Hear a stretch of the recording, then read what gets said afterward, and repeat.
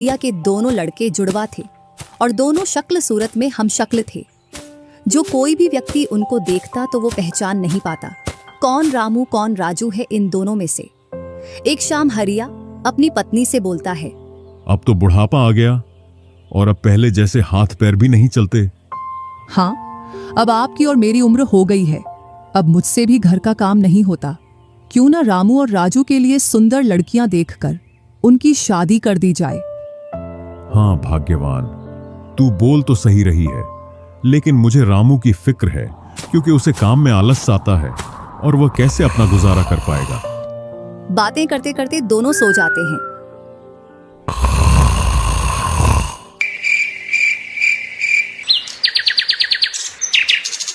और सुबह उठकर हरिया रामू राजू से बोलता है, तुम दोनों खेतों पर चले जाना और एक खेत को खोद आना जिसमें मैं आकर बीज बो दूंगा। और आज मैं अपने दोस्त से मिलने के लिए पास ही के गांव में जा रहा हूं। 2 दिन में लौट कर आऊंगा। हरिया तैयार होकर दूसरे गांव की ओर निकल जाता है और रामू राजू भी खेतों की ओर चल देते हैं।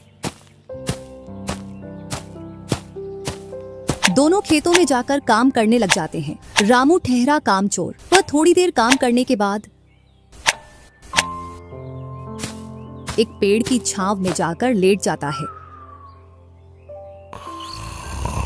इधर राजू को सुबह से शाम हो जाती है और वह आधा खेत खोद देता है।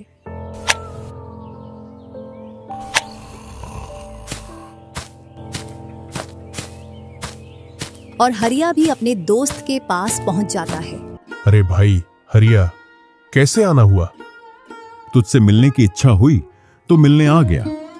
चल अच्छा है, पहले भोजन करते हैं, इसके बाद गप्पे लड़ाएंगे। दोनों साथ में भोजन करते हैं।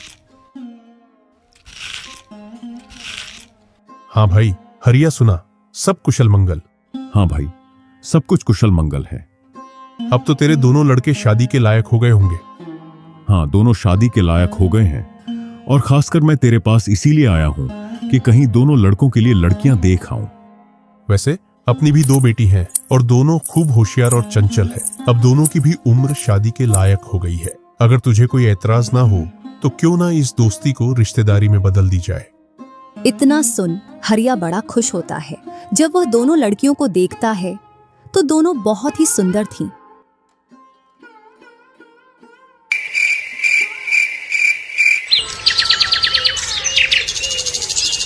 सुबह होते ही हरिया अपने दोस्त से बोलता है, मैं जल्द ही मेरी बहुओं को लेने आऊंगा।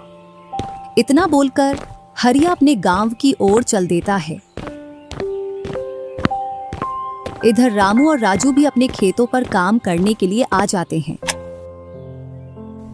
और रामू पेड़ की छांव में जाकर सो जाता है।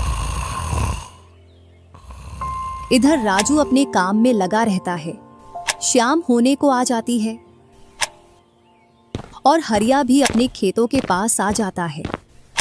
रामू की आंख खुलती है तो हरिया उसको आता हुआ दिखता है, तो वह खेत में जाकर काम करने लग जाता है।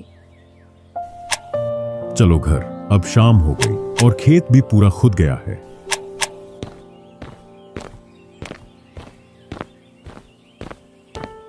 तीनों साथ में घर पहुंच जाते हैं।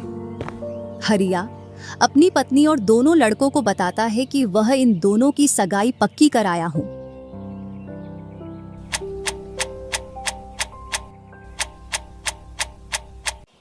और वह कुछ दिन बाद दोनों का विवाह कर देता है। ऐसे ही कुछ वर्ष निकल जाते हैं।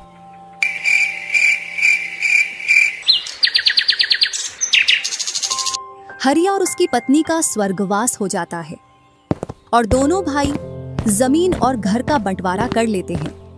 रामू अपने आलसी पने की वजह से खेतों में काम करने नहीं जाता और दिन भर घर में ही पड़ा रहता।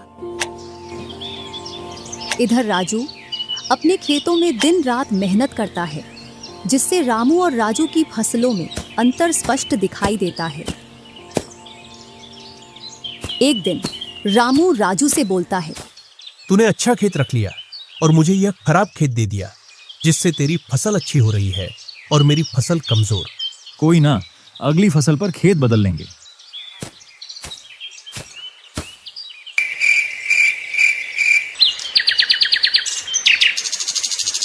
अगली फसल पर रामू राजू से खेत बदल लेता है और एक खेत ज्यादा ले लेता है। फिर भी राजू खुशी खुशी उसे खेत दे देता है। राजू के हिस्से में जो खेत थे उनमें फिर से वह दिन रात मेहनत करता। इधर रामू कभी काम करता तो कभी काम नहीं करता। रामू के पास बीज खरीदने के भी पैसे नहीं थे, तो वह पैसे लेने के लिए जमींदार के यहाँ चला जाता। जमींदार जी, कुछ पैसे उधार चाहिए थे, जिससे मैं अपने खेतों के लिए बीज ले आता और फसल आने पर मैं आपको पैसे लौटा देता। क्यों नहीं भैया, लेकिन आपको 2% ब्याज देना पड़ेगा। जी जमींदार जी, मैं ब्याज दे दूंगा। जमींदार रामू को पैसे दे देता है और रामू उनसे कुछ बीज लाकर अपने खेतों में बो देता है। इधर राजू अपनी फसल की रोज देखभाल करता और रामू बोकर आया उसके बाद से अपनी फसलों को देखने के लिए भी नहीं गया। वहीं अपने घर में पड़ा रहता और दिन रात सोता रहता।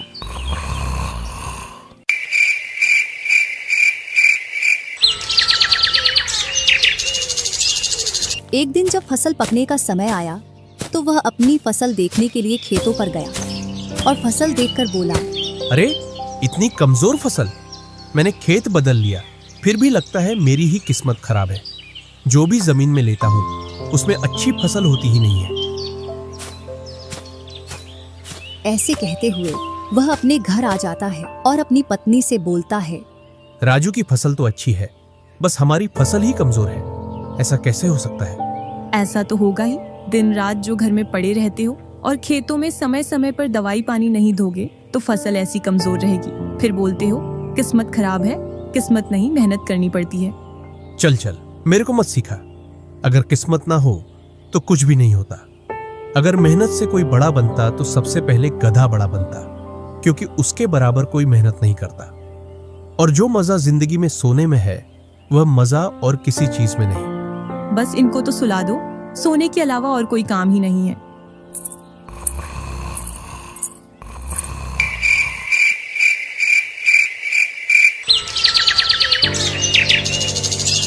कुछ दिनों बाद जब फसल निकली तो राजू की फसल रामू से दोगुनी निकली, जबकि उसकी जमीन रामू से कम थी।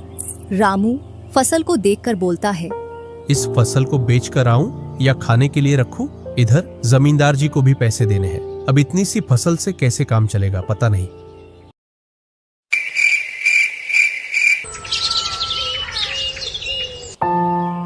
एक दोपहर रामू सो रहा था, तभी उसका गेट किसी ने खटखटाया। पता नहीं कौन भरी दोपहर में नींद खराब करने के लिए आ गया। जैसे ही वह गेट खोलता है तो सामने जमींदार खड़ा दिखता है। क्या यह रामू का घर है? रामू ने सोचा, क्यों ना मैं इसे राजू के घर पहुंचा दूं। यह मुझे पहचान भी नहीं पाया। मैं तो राजू हूँ, वह वाला घर है रामू का। जमींदार सामने वाले घर पर जाकर गेट को खटखटाने लगता है। राजू गेट खोलता है और बोलता है, क्यों भाई, इतनी तेज गेट को क्यों खटखटा रहे हो? मैंने आपके रुपए लेकर खा लिए क्या?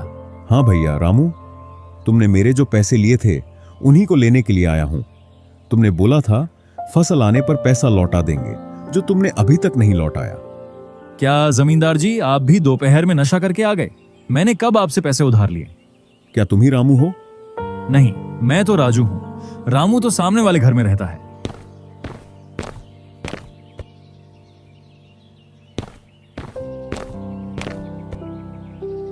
भरी दोपहरी में जमींदार का सर चकरा जाता है और वह अपने घर चला आता है और घर पहुंचकर मुनीम से बोलता है, ऐसा लगता है मुझे कि जो पैसे रामू के दिए थे वह पैसे अब लौटकर नहीं आने वाले। क्यों, ऐसा क्या हुआ जो पैसे वापस नहीं आ रहे हैं? रामू और उसका भाई दोनों हमशक्ल हैं और दोनों बोल रहे हैं कि रामू वह है, रामू वह है। और उन दोनों ने दोपहर भर मुझे इस घर से उसे घर दौड़ाया। जमींदार जी, पैसे निकालने की मेरे पास एक स्कीम है। बोलो, कौन सी स्कीम है? मुनीम जमींदार जी के कान में पूरी स्कीम बताता है।